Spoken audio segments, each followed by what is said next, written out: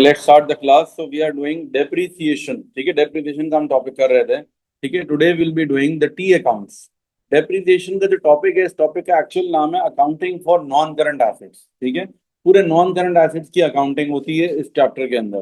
तो we have three T accounts in this chapter. तीन T accounts हैं. Number one is non current asset का. Non current asset, non current asset मतलब machinery हो, equipment हो, computer हो, motor vehicle, जो भी चीज हो, एसेट का अपना टी अकाउंट होता है. ये फर्स्ट टी अकाउंट होता है ना, ये किस पे बनता है? At cost. ठीक है, इस टी अकाउंट में we have, in this T account we have four values. Number one is balance brought down and balance carried down. Balance brought down, balance carried down मतलब सबकी जगहें सेम है. Balance brought down will always come on the debit side इस T account में. वरना normally तो ये होता है ना, heavier side minus lighter side वाला सीन होता है. इसमें भी होगा, लेकिन ये कंफर्म बात है कि हमेशा इसका बैलेंस ब्रॉट डाउन डेबिट पर ही होगा और बैलेंस कैरिड डाउन क्रेडिट पर ही होगा. और डेबिट साइड पर क्या आएगा? एडिशन आएगा. मशीनरी, जो हम नई मशीनरी अगर खरीद रहे हैं तो that is called addition. Addition mean कि हमने एक और नई मशीन खरीद ली. ठीक है, that will also come on the debit side. और डिस्पोजल, डिस्पोजल मींस कि हमने कोई मशीन को बेच दिया. नॉन करंट एसेट जब सोल्ड हो जाता है उसको डिस्पोजल कहते हैं. It will come on the credit side. तो ये चार चीजें हैं यहाँ. सही है. Balance brought down will be given in the question. ठीक है, ये गिवन होगा. एडिशंस एडजस्टमेंट से मिल जाएगा आपको, डिस्पोजल भी एडजस्टमेंट से मिल जाएगा. और बैलेंस कैरिड डाउन हम कैलकुलेट करेंगे heavier side minus lighter side करके. ठीक है, ये दोनों चीज आपको कहाँ से मिलेंगी? एडजस्टमेंट से. ये वाली चीज भी आपको एडजस्टमेंट, ये क्वेश्चन में ये बना. सही है. अच्छा, अब नॉन करंट एसेट का रूल ये है, जब हम डिस्पोजल पे लिखते हैं ना, डिस्पोजल की भी कॉस्ट प्राइस लिखेंगे कि ये एसेट जो हम बेच रहे हैं हमें कितने का पड़ा था, चाहे हमने इतने सालों पहले भी खरीदा, हमने कितने का खरीदा था, तो वो आएगा. ठीक है, डाउन करंट इसके अंदर. डिस्पोजल अकाउंट में, डिस्पोजल अकाउंट में जो वैल्यू आएगी, सॉरी नॉन करंट एसेट के अंदर जो वैल्यू आएगी, ये डिस्पोजल की ये वैल्यू कौन सी होगी? At cost. इस पूरे टी अकाउंट का नाम ही कॉस्ट है. क्यों ब्रैकेट में कॉस्ट क्यों लिख रहे हैं? इसमें everything is on cost. Balance brought down is on cost, addition is on cost, disposal is on cost, balance carried down will also be on cost. फिर आते हैं provision for depreciation, second T account. Provision for depreciation का जो T account है, इसकी जो nature है वो एसेट की बिल्कुल ऑपोजिट है. एसेट की नेचर क्या होती है? ये डेबिट साइड इसकी इंक्रीज है, क्रेडिट साइड इज डिक्रीज. सही है ना. एसेट की नेचर ये है. लेकिन प्रोविजन की नेचर क्या होगी? प्रोविजन की जो नेचर है वो एसेट की ऑपोजिट है. जिस तरह एसेट का बैलेंस ब्रॉट डाउन हमेशा डेबिट पर होता है, प्रोविजन का बैलेंस ब्रॉट डाउन हमेशा क्रेडिट पर होता है. इसका ऑपोजिट है. और प्रोविजन का balance carried down will be on the debit side. ठीक है. अब हम क्या करेंगे? ये जो चीजें जो है कहते हैं depreciation expense for the year. ये क्या चीज है? This is charge for the year, means current year expense.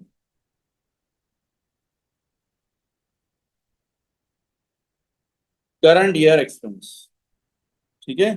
और डिस्पोजल के अंदर क्या आएगा? डिस्पोजल में आएगा, जो एसेट हम बेच रहे हैं ना, डिस्पोजल के अंदर क्या आएगा? Accumulated depreciation on disposal.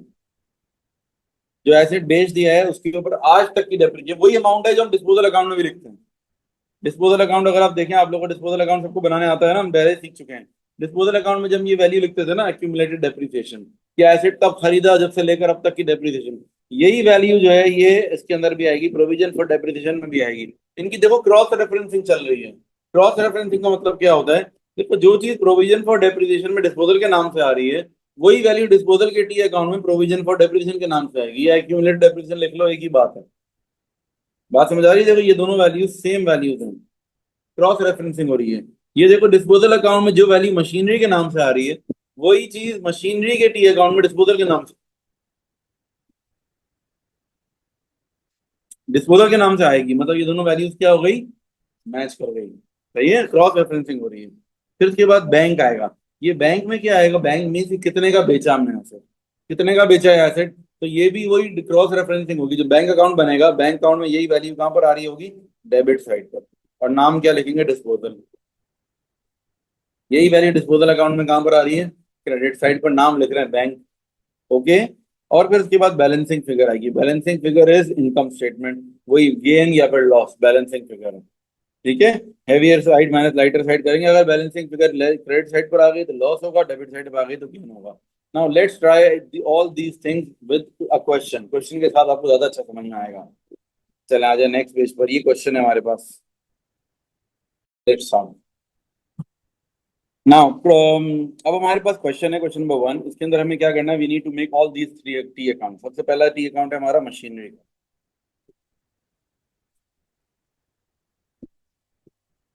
ठीक है, मशीनरी का टी अकाउंट है। Balance brought down is 500, 500,000।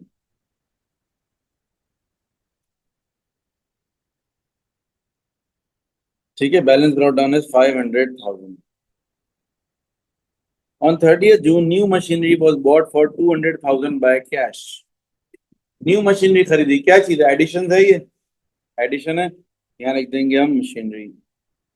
ये एडिशन में लेकिन लिखते हैं बैंक या कैश, किससे खरीदा है हमने, कैश।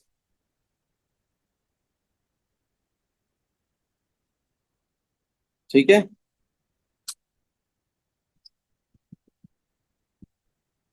अच्छा भाई, फिर क्या है, ऑन 30th, डेट क्या है, 30th जून।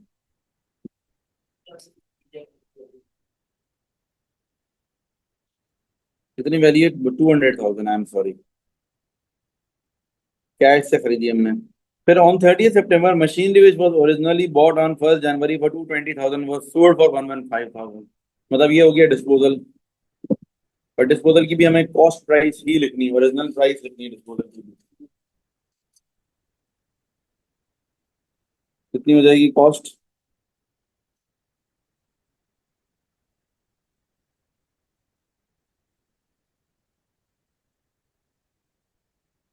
Then balance CD.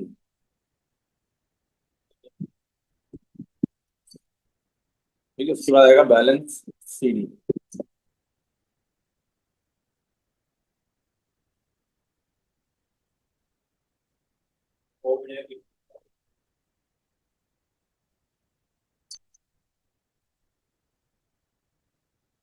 Balance CD क्या होगा, 480 होगा मेरे पास, है ना।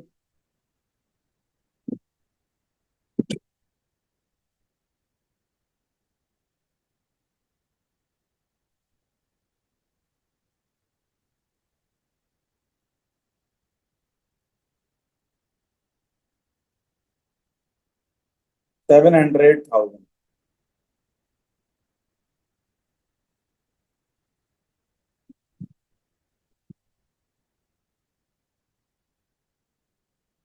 ठीक है, अब ये हो जाएगा आपका डिस्पोजल। डिस्पोजल हो गया आपके पास 30th September, डेट डाल देते हैं 31st December और 1st January 2013 स्टार्ट हो गया ये। ठीक है, machinery account is done. Now provision for depreciation.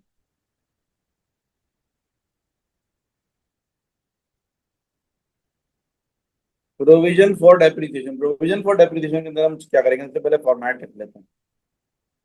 Balance brought down, balance carried down. फिर उसके बाद आ जाएगा यहाँ पर income statement. Income statement means current year expense, charge for the year. तो चार्ज फॉर द ईयर भी कहते हैं। And disposal.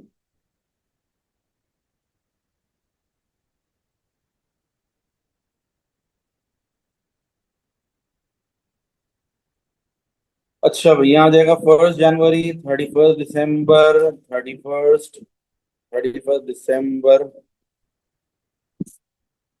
अब इसके बाद है 30th September।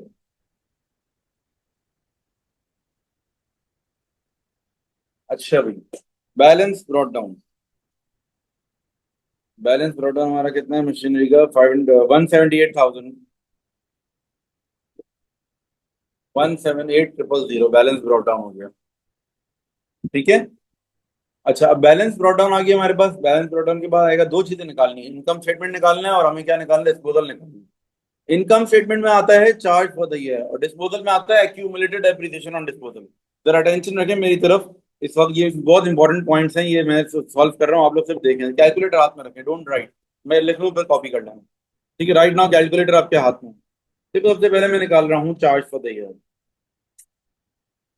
ठीक है, मैं निकाल रहा हूँ charge for the year. Income statement में जो जाता है उसको बोलते हैं charge for the year.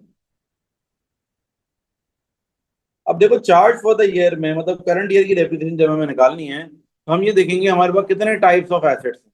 We have three types of asset, पता है कौन कौन से? एक वो एसेट है जो हमारे पास जो है कहते हैं इसी साल हमने खरीदे हैं, ठीक है। एक वो एसेट है जो कि खरीदे तो हमने पहले से थे लेकिन इस साल हमने बेच दिए उनको। और एक वो एसेट है जिनमें कोई चेंजेस नहीं हुई, ना खरीदे ना बेचे। यानी कि हमारा पहला एसेट क्या है? एडिशंस, जो इसी साल खरीदे हैं। अब एसेट का रूल ये है, डेप्रिसिएशन जब लगती है इतना महीने हमने इस्तेमाल किया। अब कोई एसेट अगर इस साल खरीदा है और ड्यूरिंग द ईयर खरीदा तो हम पूरे साल की डेप्रिसिएशन नहीं लगा सकते। हम देखेंगे भाई हमने जो जिस महीने में खरीदा है वहां से डेप्रिसिएशन स्टार्ट होगी। हमने कब खरीदा है? हमने खरीदा है 30 जून को, तो जून तो गुजर गया ना पूरा। हम इसकी डेप्रिसिएशन जुलाई से स्टार्ट करेंगे। जुलाई से लेकर दिसंबर तक 6 महीने होते हैं। 6 महीने की डेप्रिसिएशन लगाएंगे। 500,000 में से ये 2 लाख का नया एडिशन किया ना, 200,000 मल्टीप्लाई बाय परसेंटेज क्या है इसकी? 20% है। मल्टीप्लाई बाय 6/12 निकालेंगे आंसर आ रहा है। यस, 20,000 आ रहा है, ठीक है।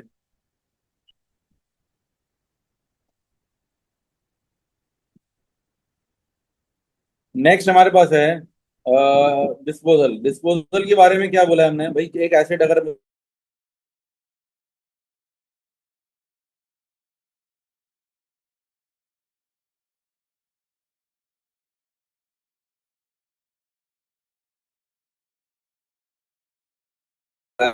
कितने महीने यूज करके बेचे? सितंबर में बेचा।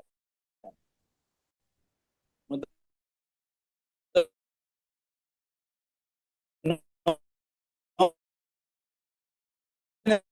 इस्तेमाल किया हमने इसको। लाया क्या?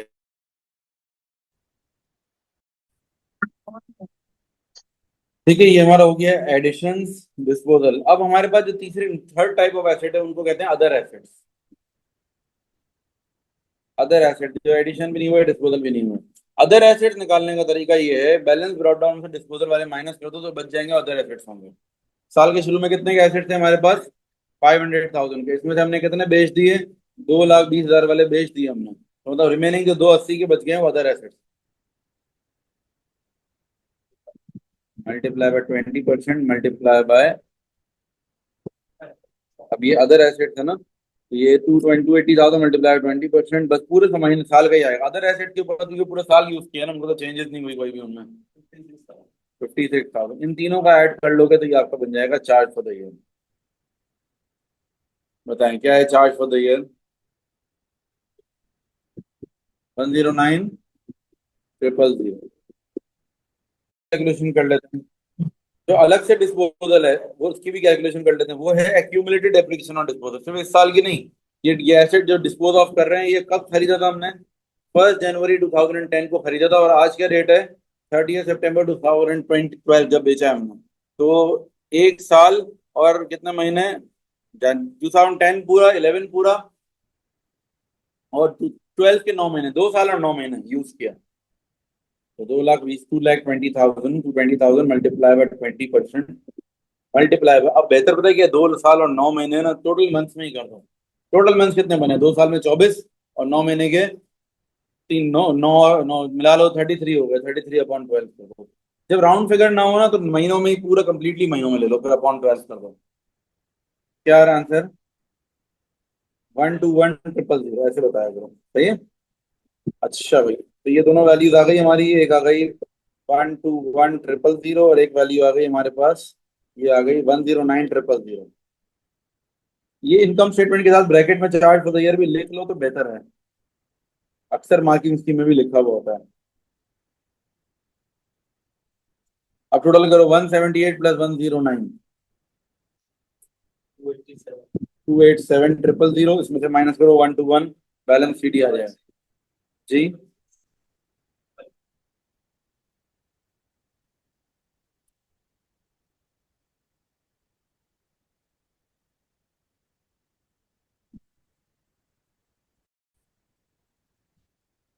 अच्छा भाई, मशीनरी हो गया, प्रोविजन फॉर डेप्रिसिएशन हो गया, और फिर इसके बाद है हमारे पास डिस्पोजल। ठीक है, डिस्पोजल के लिए जो है हमारे पास होगा ये कि सबसे पहले डेबिट साइड पर आ जाएगी हमारी मशीनरी।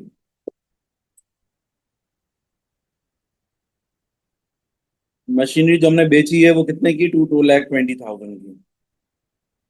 क्रेडिट साइड पर आ जाएगा उसका प्रोविजन फॉर डेप्रिसिएशन।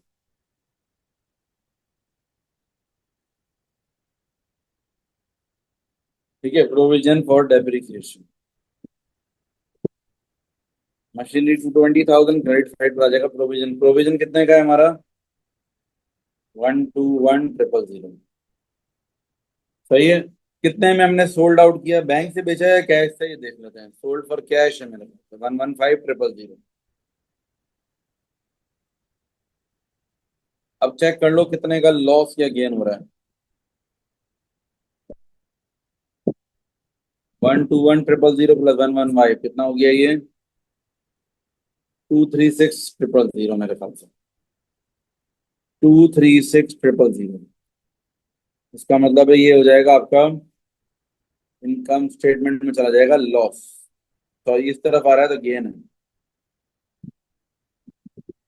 16,000 का गेन ऑन डिस्पोजल हो गया। ठीक है। ठीक है, ये सारी डेट्स हमने लिख ली हैं, 30 सितंबर, 30 सितंबर जिस डेट को मशीन बेची, बट खाली इनकम स्टेटमेंट जो है ना, it is always on in the year end. Year end पे इनकम स्टेटमेंट ट्रांसफर करते हैं value. Okay, so we have done these three parts. अब एक लास्ट पार्ट बाकी है। लास्ट पार्ट में क्या बोला हुआ है, prepare the journal entries to record disposal of machine. Journal entries बनानी है डिस्पोजल की। जर्नल एंट्रीज के अंदर हम क्या करेंगे, डिस्पोजल की जर्नल एंट्रीज होती है ना बेसिकली, ये जो डिस्पोजल अकाउंट में हमने चार ट्रांजेक्शन डाली है ना, इन चारों की जर्नल एंट्रीज बनानी है। देखो नॉर्मली क्या होता है, पहले जर्नल एंट्री होती है फिर ये टी अकाउंट होता है। हम रिवर्स कर रहे हैं, पहले हमने टी अकाउंट कर लिया, अब जर्नल एंट्रीज बना रहे हैं। डिस्पोजल की जर्नल एंट्रीज क्या है, मैं लिखवा देता हूँ आपको। पहली एंट्री क्या है, सबसे पहली एंट्री है disposal debit machinery credit. Disposal debit machinery credit general journal के फॉर्मेट में आएगा। ठीक है, disposal debit machinery credit. Second entry क्या है, सेकेंड एंट्री में ये होगा कि provision for depreciation debit, provision for depreciation debit disposal credit.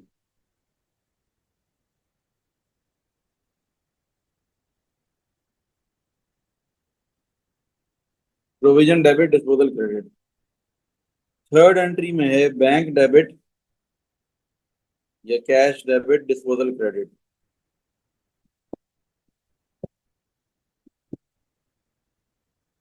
और लास्ट एंट्री जो होगी ना, उसमें देखा जाएगा गेन है या लॉस है। अगर यहाँ पर इस क्वेश्चन में क्या हो रहा है, गेन हो रहा है या लॉस हो रहा है, गेन हो रहा है ना, गेन हो रहा है तो क्या हो जाएगा, इनकम कहते हैं डिस्पोजल डेबिट और इनकम स्टेटमेंट क्रेडिट।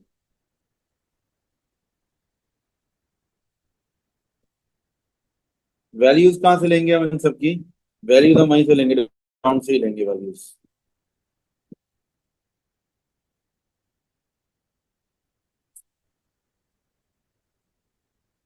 ठीक है, ऊपर जाओ चलो। Number one machinery, number two provision, number three cash, number four income statement.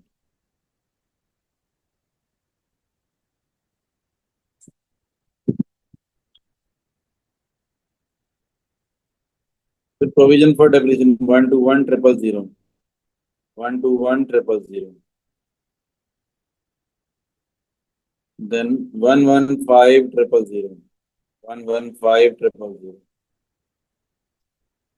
और फिर उसके बाद होगा 16,000 और 16,000।